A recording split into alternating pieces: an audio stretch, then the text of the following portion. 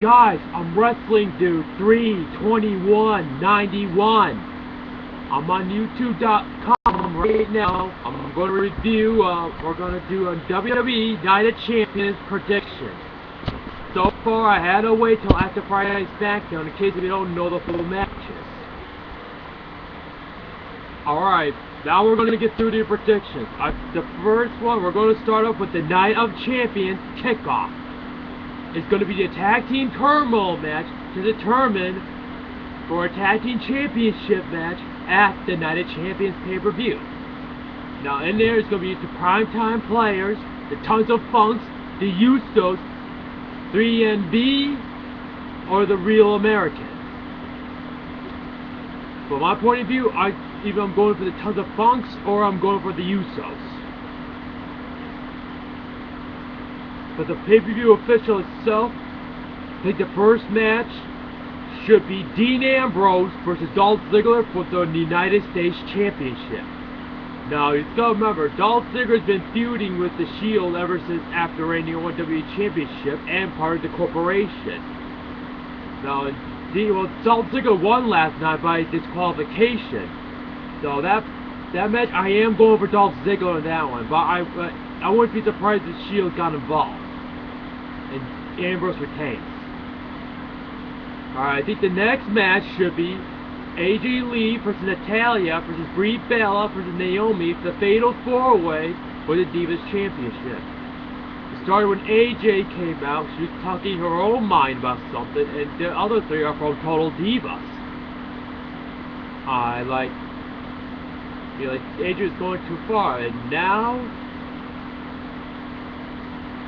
she has to defend it against all three of them now because of that. That one I'm going for Natayla. I think the next match should be the Shield versus the winner of the Tag Team Turmoil match for the Tag Team Championship. That one I'm going for the winner of the Turmoil match. Because I don't want the Shield cannot have that titles forever. So that's all I say. I think the next one should be Alberto Del Rio versus Rob Van Dam for the World Heavyweight Championship. Now, Ricardo Rodriguez is part of RVD's side. Now, that's going to be in RVD's hometown, and he has beat Del Rio a couple times.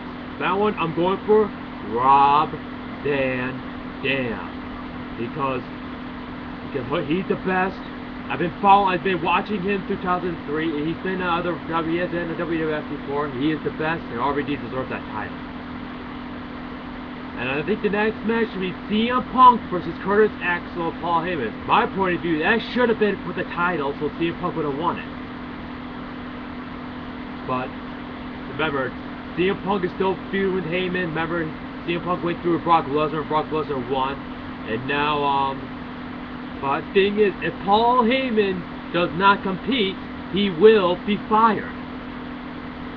My point of view, I think Curtis Axel should start off the match with Heyman on the apron, and CM Punk could beat Axel, and so he could get on Heyman. That one, I'm going for CM Punk.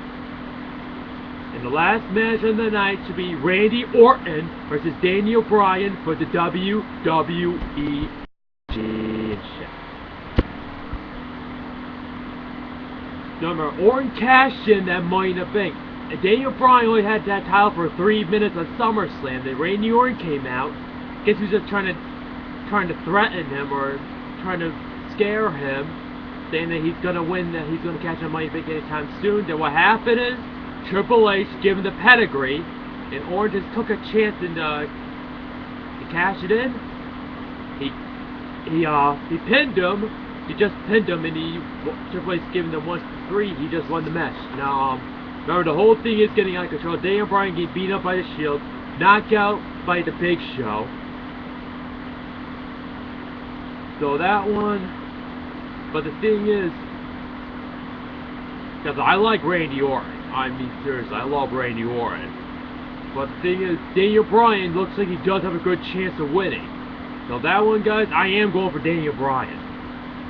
Because it looks like Daniel Bryan does have a good chance of winning. But if Orton does win, I wouldn't be mad.